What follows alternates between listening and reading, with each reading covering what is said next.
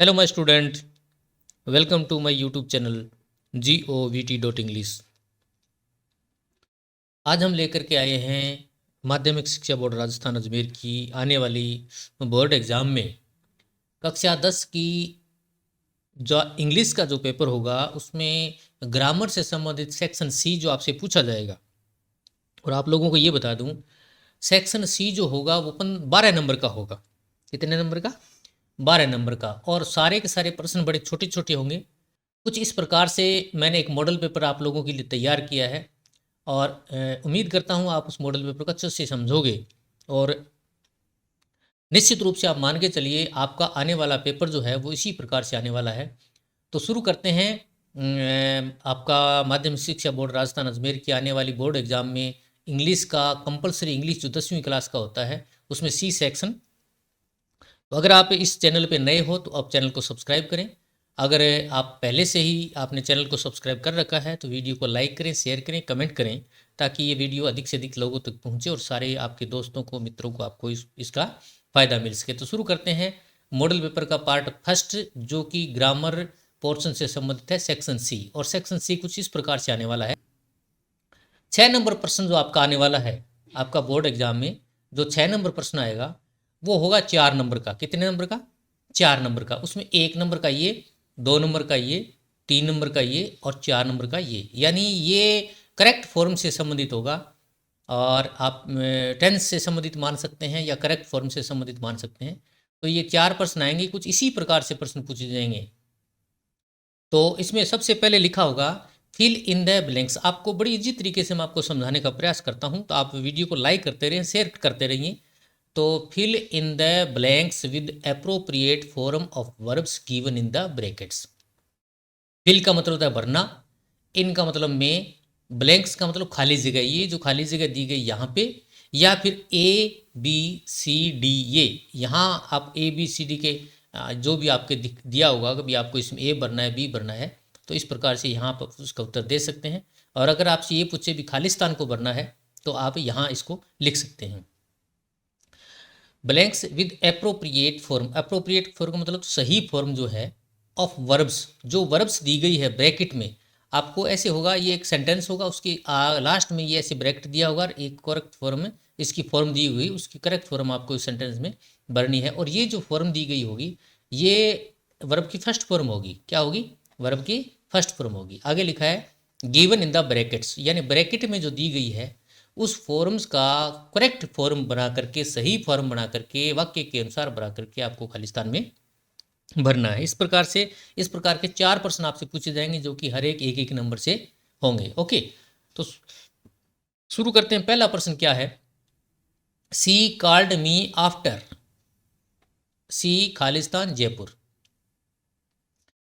इससे संबंधित वीडियो मैंने पहले भी डाला है यूट्यूब चैनल GOVT.English पे, पहले भी डाला जा चुका है। आफ्टर और बिफोर का प्रयोग, आफ्टर और बिफोर का प्रयोग, यानी कुछ ऐसी घटनाएं होती है जो एक घटना के बाद में दूसरी घटना होती है। यानी एक घटना होती है उसके बाद में दूसरी घटना होती है। एग्जाम्पल के लिए आपको बताऊं, डॉक्टर किसी के घर में पहुंचता है, उससे पहले जो मरीज है वो मर जाता है। या आप स्टेशन पहुंचते हैं, उसके बाद गाड़ी चलती है, या स्टेशन पहुंचने से पहले गाड़ी चलती है। तो इस प्रकार से ये दो कंडीशन, दो जो घटनाएं हैं वो हो जाती है। तो इसमें लिखा है she called me after C Khalistan Jaipur reach. Reach का मतलब होता है पहुंचना, ये वर्ब की फर्स्ट फॉर्म है। तो यहाँ आपको एक ऐसा फार्मूला लेना है जैसे आफ्टर। आफ्टर का मतलब होता है बाद में। आफ्टर का मतलब बाद में। ओके, आफ्टर का मतलब होता है बाद में। यानी इसमें ये बात स्पष्ट दी गई है कि यहां अगर सेकंड फॉर्म है, सीधा सा फार्मूला देखो, यहां अगर सेकंड फॉर्म है, यहां अगर सेकंड फॉर्म है तो ये पास्ट टेंस से संबंधित है। यानी यहां अगर सेकंड फॉर्म है तो सेंटेंस क्या है? पास्ट टेंस से संबंधित वाक्य है। तो इसमें सबसे पहले तो अपन को ये देखना है भी पास्ट टेंस से संबंधित कौन कौन से ऑप्शन है। इज रीचिंग, ये प्रेजेंट टेंस से संबंधित है। Has reached, has present perfect tense का है। हैड ये पास्ट का है और रीच्ड पास्ट का है। दो ये, इनको रिजेक्ट कर दो, ये रिजेक्ट हो गया अपने आप में, ये भी रिजेक्ट हो गया, दोनों रिजेक्ट। अब दो पे रह गई बात, ये हैड रीच्ड आएगा या फिर रिजिड आएगा।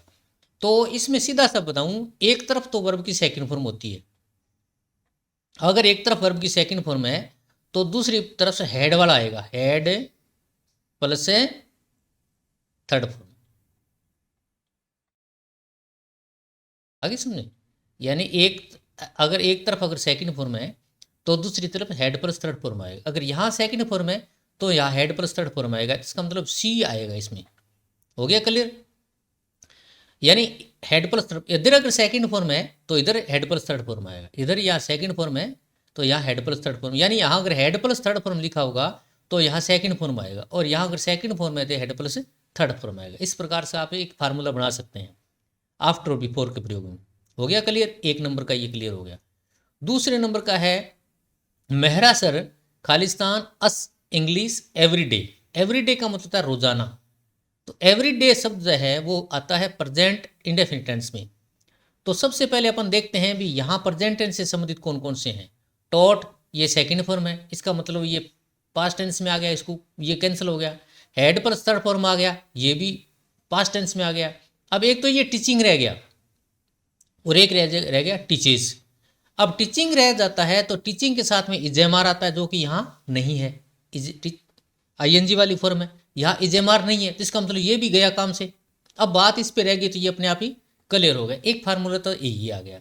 दूसरा ये है कि ये एवरी शब्द जो शब्द आता है, every day, every month, every year, ये आते हैं प्रेजेंट इंडेफिनिट टेंस में। और प्रेजेंट इंडेफिनिट टेंस में अगर कर्ता एक वचन है तो उसके साथ में एस से लगाया जाता है। ओके, चलते हैं आगे। ये एक नंबर ये आपने कमा लिया और एक नंबर ये आपने कमा लिया, यानी आपने 2 नंबर का काम कर लिया। चलते हैं आगे स्टूडेंट्स। तीसरा है दे खालिस्तान to cinema with me, with me.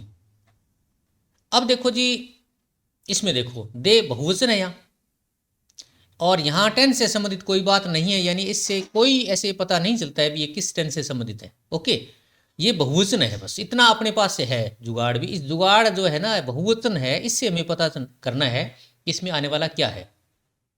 Goes, ये प्रेजेंट इंडेफिनिट टेंस, गोज का मतलब है फर्स्ट फॉर्म के साथ में एस या ईएस, यानी यहाँ ब्रैकेट में गो दिया है ना तो गो का ईएस लगाए, इसका मतलब ये कर्ता अगर एक वचन होता है तो ये लगता है, जबकि यह कर्ता बहुवचन है तो इसका मतलब इसका भी काम हो गया, ये नहीं आएगा। हैव गोन, हैव जो है वो भी बहुवचन में आता है और यहाँ भी बहुवचन है, इसको छोड़ लेते हैं, चलो ये सही है। वेंट ये सेकंड फॉर्म है, ये पास्ट टेंस की है, चलो ये भी दोनों में लगता है। और ये हैड गोन ये पास्ट परफेक्ट टेंस में आता है, चलो ये भी मानते हैं।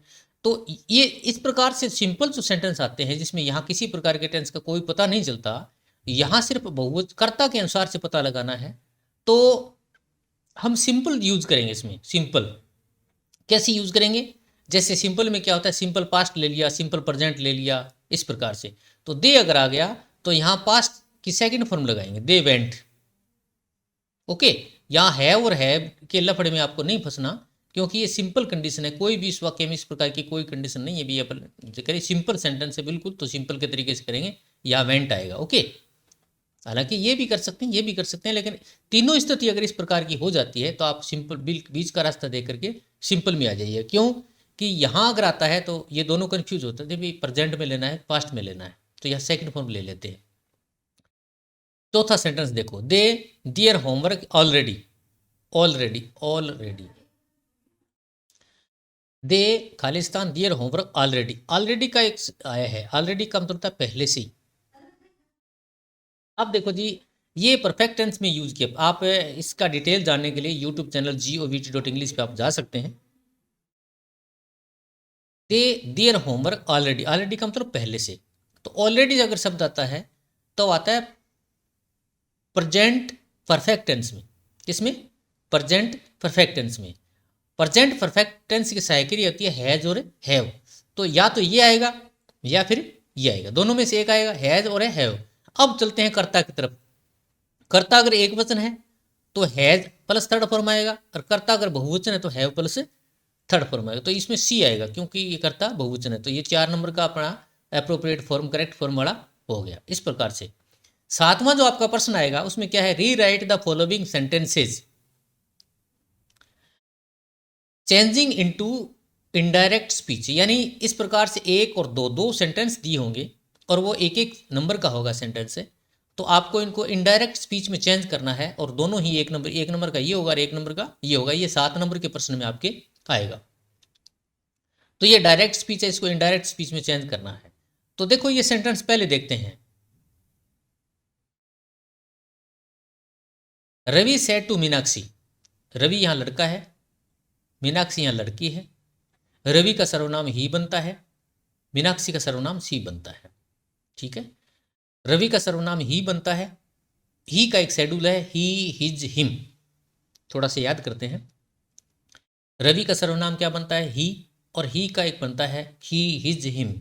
मीनाक्षी का सर्वनाम सी बनता है, और सी का बनता है सी, हर। ओके, इतना देखते हैं। अब चलते हैं आगे। Ravi said to Meenakshi, why do you disturb me. ये क्वेश्चन है, प्रश्नवाचक है। तो आप लोगों को ये बता दिया गया है कि अगर रिपोर्टिंग वर्ब पास्ट टेंस में हो, ये रिपोर्टिंग वर्ब है। क्या है? Reporting verb. ये रिपोर्टिंग वर्ब अगर पास्ट टेंस में है तो रिपोर्टेड स्पीच का टेंस बदला जाएगा। एक नंबर बात ये। 2 नंबर है, रिपोर्टेड स्पीच अगर प्रश्नवाचक वाक्य है तो सेड टू को आस्कड में किया जाएगा। क्या किया जाएगा? आस्कड। तो यहां लगाएंगे आस्कड, इनकी जगह क्या कर देंगे? आस्कड। ASKED, यानी रवि का रवि लिखेंगे RAVI,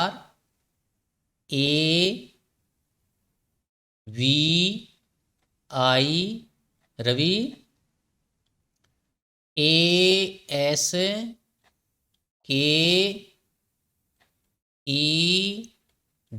रवि आस्कड है। ये मीनाक्षी लिख देंगे, इसको यहाँ लिख दें मीनाक्षी को। ठीक है, ये मीनाक्षी की स्पेलिंग आप लिख देना। रवि आस्कड मीनाक्षी, या मीनाक्षी आ गया। अब यहाँ अगर WH वर्ड है, जैसे वाही शब्द है, तो आप कोमा और इन्वर्टेड कोमा, आप मेरे साथ साथ चलती रहिए। दोबारा देखते हैं। इस प्रकार का अगर क्वेश्चन आता है तो रवि आस्कड मीनाक्षी, इस कोमा को और इस इन्वर्टेड कोमा को हटा देते हैं। वाही का वाही लिखेंगे। यहाँ क्या लिखेंगे? वाही का वाही डाल दिया, वाही। अब इस सेंटेंस को सिंपल सेंटेंस बना के लिखेंगे, यानी सबसे पहले यू को लेके आएंगे। यू, तो यू या कौन सा पर्सन है? अब पर्सन देखो, एक होता है फर्स्ट पर्सन, जैसे आई और वी, ये 2 आए फर्स्ट पर्सन में। एक आता है यू, ये आता है सेकंड पर्सन में। तो यू कौन सा पर्सन है? Second person. तो सेकंड पर्सन यहां कौन सा है? मीनाक्षी। मीनाक्षी का सर्वनाम क्या बनेगा? सी। तो अपन यहां पहले क्या लगाएंगे? सी। ओके, समझ में आ रहा है? उम्मीद करता हूं।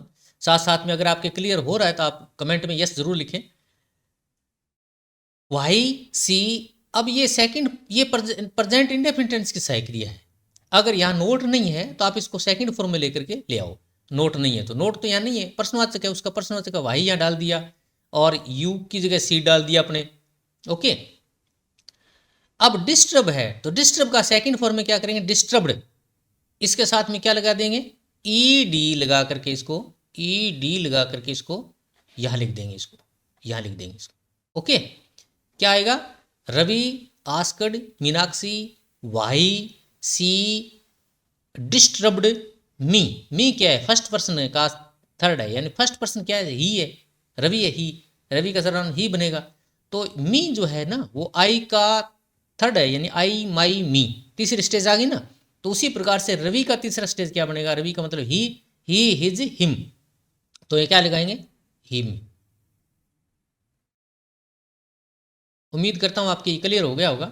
दोबारा देखो, रवि का रवि, सेड टू का आस्कड, मीनाक्षी का मीनाक्षी, वाही का वाही, और यू का क्या बनेगा? यू का मतलब मीनाक्षी, मीनाक्षी का मतलब सी, और डिस्टर्ब्ड आ गया, ईडी लगा दिया, और मी का मतलब हिम। फुल स्टॉप लगाएंगे, प्रश्नवाचक निशान नहीं लगाएंगे। ओके, सेकंड पर्सन पे आओ।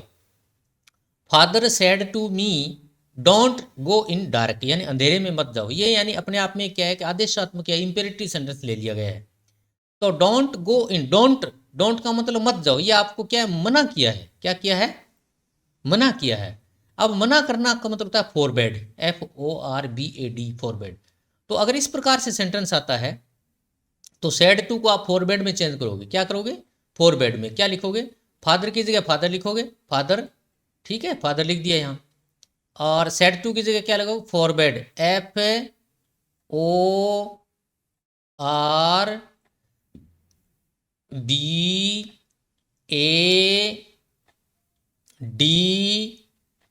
ई फॉरबेड, और मी का लगा दिया मी, यानी फादर फॉरबेड मी टू लगाएंगे। यहाँ क्या लगाएंगे?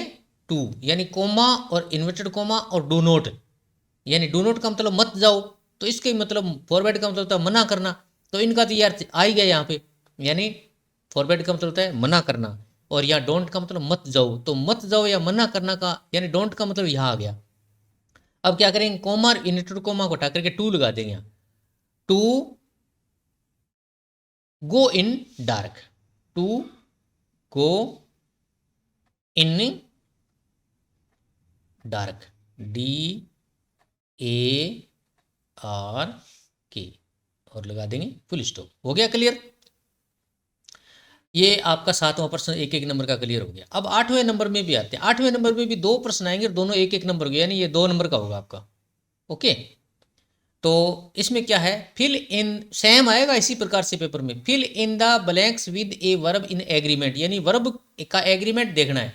यानी अब की बार थोड़ा सा इसमें क्या है, टेंस से संबंधित कुल मिला के 6 नंबर का आ रहा है। यहाँ 4 नंबर का तो ये आ रहा है, 4 नंबर का तो क्या है? ये नंबर, छठा जो प्रश्न है वो 4 नंबर का आ रहा है।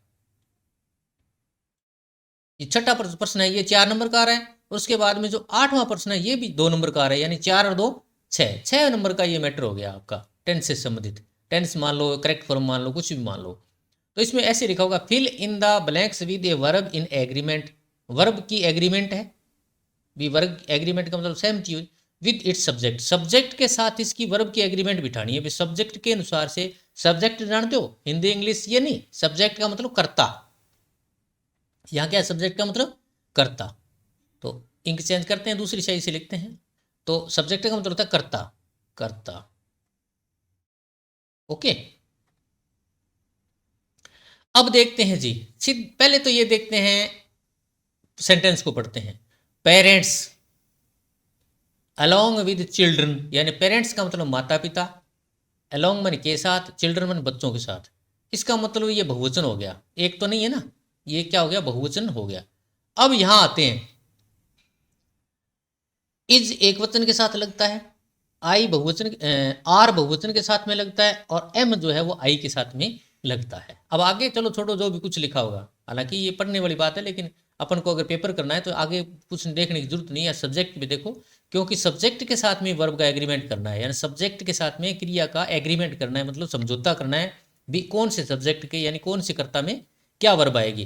तो यह कर्ता जो है वो बहुवचन है, बहुवचन में क्या आ रहा है? इज एक वचन में आ रहा है, एम की आई के साथ में आ रहा है, बहुवचन के साथ में क्या आ रहा है? आर आ रहा है, तो अपन क्या लगाएंगे? यहाँ आर लगा देंगे। Okay, A R E, A R, हो गया क्लियर? अब दूसरे में आओ, द स्टूडेंट्स, यहाँ स्टूडेंट्स भी क्या है? बहुवचन है। अब बहुवचन में क्या देखो, इज एक वचन में लगता है, एम आई के साथ लगता है, और वर किसके साथ लगता है? बहुवचन में लगता है। अगर यहाँ आर होता ना, तो आर होता, आर और वर एक साथ नहीं लिख सकते, क्योंकि आर भी बहुवचन में आता है और वर भी बहुवचन में आता है, इसलिए इन्होंने क्या लिखा है? वर लिखा है, तो अपन क्या लगाएंगे? वर लगाएंगे। Students were good players. हो गया क्लियर? ये भी क्लियर हो गया, 8 नंबर का भी क्लियर हो गया। आगे चलते हैं, 9वां जो प्रश्न है वो क्या है? Fill the following sentences into passive voice. अब ये जो 2 वाक्य दिए गए ये भी एक एक नंबर के होंगे, एक नंबर का ये, एक नंबर का ये, तो इनको पैसिव में चेंज करना है। तो आपको पैसिव से संबंधित बहुत सारे नियम आपको यूट्यूब चैनल govt.english पे डाल दिए गए हैं, तो आप अगर समझ में आ रहा है तो आप जरूर इसको लाइक करते रहें, कमेंट करते रहें। तो पहला है कि पैसिव में चेंज करना, my sister gave me A gift on my birthday, यानी इस सेंटेंस को आप डबल ऑब्जेक्ट का सेंटेंस भी मान सकते हैं, डबल ऑब्जेक्ट। और डबल ऑब्जेक्ट से संबंधित बहुत बढ़िया वीडियो बना करके ग्रुप में डाला गया है, यूट्यूब चैनल पे डाला गया है। तो सबसे पहले क्या है कि पैसिव अगर चेंज करते हैं, किसी एक्टिव वॉइस को अगर पैसिव में चेंज करते हैं, तो इसका सीधा सा फार्मूला ये रहता है कि सब्जेक्ट को ऑब्जेक्ट बनाना होता है और ऑब्जेक्ट को सब्जेक्ट बनाना होता है। जैसे यहाँ माई सिस्टर सब्जेक्ट है, ये तो ऑब्जेक्ट बनेगा, और मी ऑब्जेक्ट है तो ये सब्जेक्ट बनेगा, जबकि ए गिफ्ट भी यहाँ पर ऑब्जेक्ट है, ए गिफ्ट भी यहाँ ऑब्जेक्ट है, और ये भी ऑब्जेक्ट है, दोनों ऑब्जेक्ट है ना, दोनों। तो एक वो जो वीडियो डाला है मैंने यूट्यूब चैनल govt.english पे, उस पर स्पष्ट लिखा है कि वर्ब के बाद में जो आता है ना ऑब्जेक्ट, उसको ही लेना है, न कि ऑब्जेक्ट के बाद में जो नाउन आता है उसको लेना। ये नाउन मान सकते हैं अपने, इसको ए गिफ्ट को क्या मान सकते हैं? नाउन मान सकते हैं। तो हमें क्या है, वर्ब के जस्ट बाद में जो ऑब्जेक्ट है ना उसको लेना है। तो जो मी है उस, और मी के बारे में आप लोगों को बहुत बढ़िया से बताया गया है कि मी जो है वो पजेसिव प्रनाउन, पजेसिव है, पजेसिव प्रनाउन है। और किसका है, आई का, आई माई मी। ओके, ये एक बनता है, सिस्टम बनता है, आई माई मी। अगर आई को सब्जेक्ट की जगह लाएंगे तो आई लिखेंगे, और आई को ऑब्जेक्ट की जगह लाएंगे तो मी लिखेंगे। तो सबसे पहले ये मी है, मी को क्या बनाना है, सब्जेक्ट बनाना है। तो सब्जेक्ट बनाना है तो क्या लिखेंगे, आई लिखेंगे, लिख दिया आई। अब ये सेकंड फॉर्म है gave,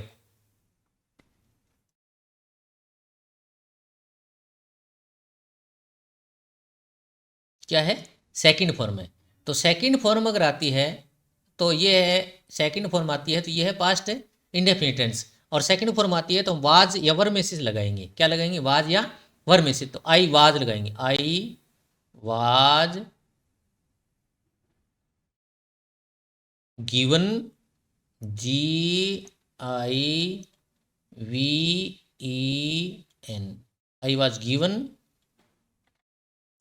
A gift, A G I F T, I was given a gift on my birthday, on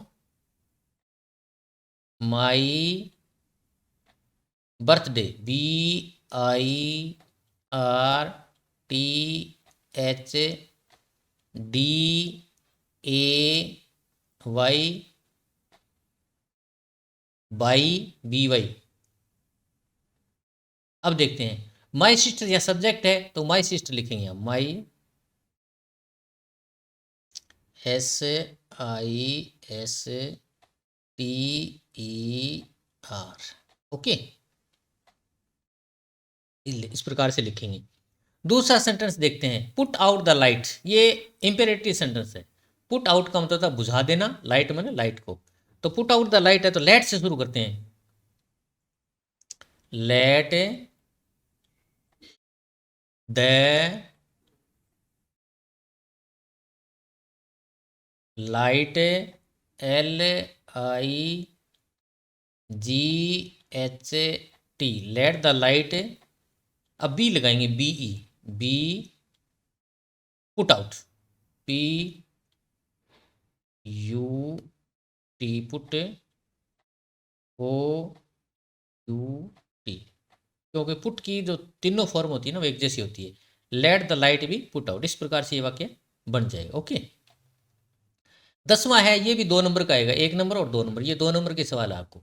तो इसमें फ्रेम करना है, frame questions of the following sentences, यानी जो सेंटेंस दिया गया है उसको आपको फ्रेम करके लिखना है। तो mister Arjun is our neighbour, mister Arjun is our neighbour, NEIGHBOUR।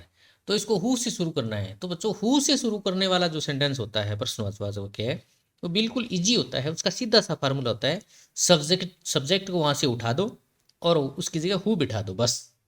ये जो सब्जेक्ट है ना इसकी जगह क्या बिठाना अपने को, हु बिठाना, बाकी सेम रहेगा सेंटेंस।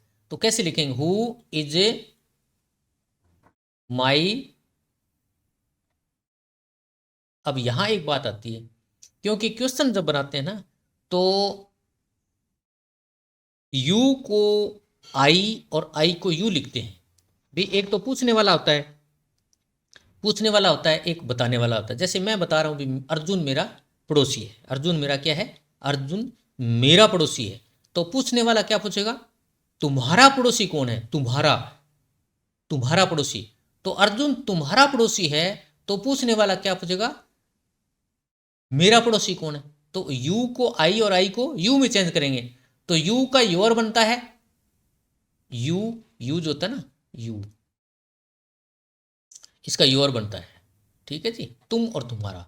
तो आई का मतलब मैं और मेरा। ये सामने वाला बता रहा है अर्जुन तुम्हारा पड़ोसी, तो मैं कहूंगा मेरा पड़ोसी कौन है, तो who is my neighbour, NEIGHBOUR,